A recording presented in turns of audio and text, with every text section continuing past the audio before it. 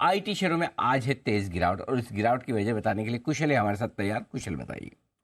बिल्कुल सर। तो जब भी एक्सेंचर के नंबर्स आते हैं हम यही देखते हैं कि यहाँ पर भारतीय आईटी कंपनियों पर एक इम्पैक्ट आता हुआ दिखता है, फिर वो चाहे पॉजिटिव साइड पर हो चाहे नेगेटिव साइड पर। अब नेगेटिव साइड पर इम्पैक्ट इसलिए भी आ रहा है क्योंकि एक तो नंबर्स जो Q3 के इन्होंने डिक्लेयर किए हैं मई एंडिंग वाले, वहाँ पर कमजोरी है, यानी कि जो 2.5% का आय का इनका ग्रोथ आता हुआ दिखा है, अनुमान 5.5% का था। साथ ही मार्जिन 14.2% पर इन्होंने डिक्लेयर किए हैं, 15.3% स्ट्रीट अनुमान लगाकर चल रही थी।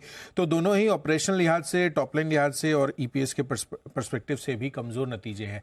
दूसरी सबसे बड़ी चीज और अहम चीज आगे का आउटलुक यहां पर जो गाइडेंस आती हुई दिख रही है एक्सेंचर की तरफ से, वो काफी कमजोर है। FY23 के लिए जो फुल ईयर गाइडेंस है इन्होंने अब 8 से 9% कर दिया। अब इसके पहले मैं आपको बताऊं 10% था, यानी कि 8 से 10% का ब्रैकेट पिछले तिमाही में दिया था, और उसके पहले जो टॉप एंड था इनका वो 11% का था। तो 11 से 10 और 10 से 9 ये अब इनका ब्रैकेट बन गया है।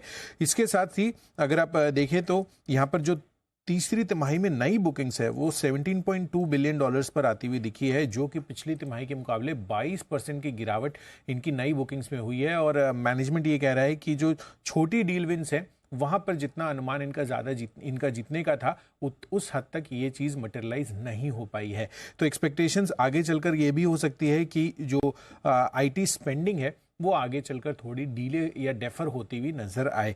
यही नहीं, अगर आप तिमाही आधार पर कर्मचारियों की गिनती भी देखेंगे तो वो पिछली तिमाही के मुकाबले 6000 से काउंट से कम भी होती हुई नजर आई है। तो जाहिर सी बात है कि इनफैक्ट अभी जो आईटी कंपनियों के नंबर्स भी आते हुए दिखे थे भारतीय आईटी कंपनियों के, उनकी भी यही इशू था कि जो कर्मचारी काउंट है वो लगातार कम होता हुआ दिख रहा है, क्योंकि उनकी जो यूटिलाइजेशन है वो रिलेटिवली उतनी ज़्यादा नहीं हो पा रही है, क्योंकि प्रोजेक्ट्स कम आते हुए दिख रहे हैं। तो अब यही देखना है कि यहाँ पर आगे चलकर जो आउटलुक है वो कब बदलता है, बट फिलहाल स्थिति थोड़ी सी तो चिंताजनक है।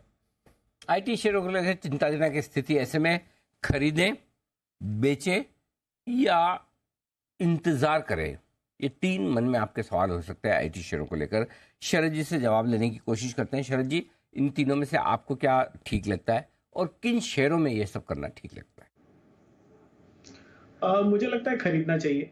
मेरा ये मानना है कि यूएस में अगर रिसेशन आता भी है तो लार्जली टेक्निकल होगा। ऑन ग्राउंड थोड़ी नर्वसनेस ज़्यादा है, इस वजह से अभी रिएक्शन इंटरनेशनली भी दिख रहा है और उसका रब ऑफ इफेक्ट इंडिया में भी दिख रहा है।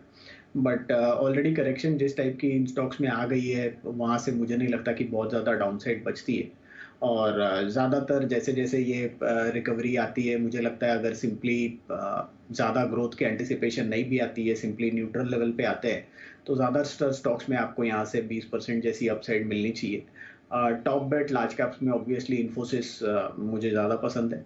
अगर आप इस चीज़ पर बेट करना चाहते हैं कि सिनर्जी बेनिफिट्स और चीज़ों से कुछ सरप्राइज आ सकता है, तो मुझे लगता है उसमें आपको LTI माइंडट्री एक कंपनी होनी चाहिए जहां बहुत बड़ी सिनर्जीज का फायदा आपको आने वाले समय में दिखना चाहिए। डील विंस की साइज भी बड़ी होनी चाहिए क्योंकि मर्ज एंटिटी काफ़ी बड़ी हो जाती है।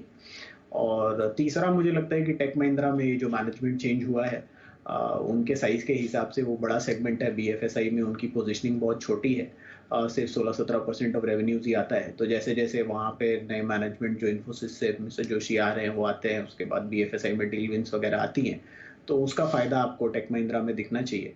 तो टेक महिंद्रा 1300-1350 रुपए के लक्ष्य के लिए, इन्फोसिस वैसे तो मेरे लक्ष्य 1800-1850 के, बट इनिशियली 1500-1550 तक तो मेरे हिसाब से चला ही जाना चाहिए। ओके, तो ये है आपके लिए आईटी पर व्यू। एक्सेंचर की तरफ से हमने सुस्त नंबर्स और गाइडेंस देखी, बट भारतीय आईटी कंपनीज भी आप रेडार पर रखें, फोकस में रहेंगी।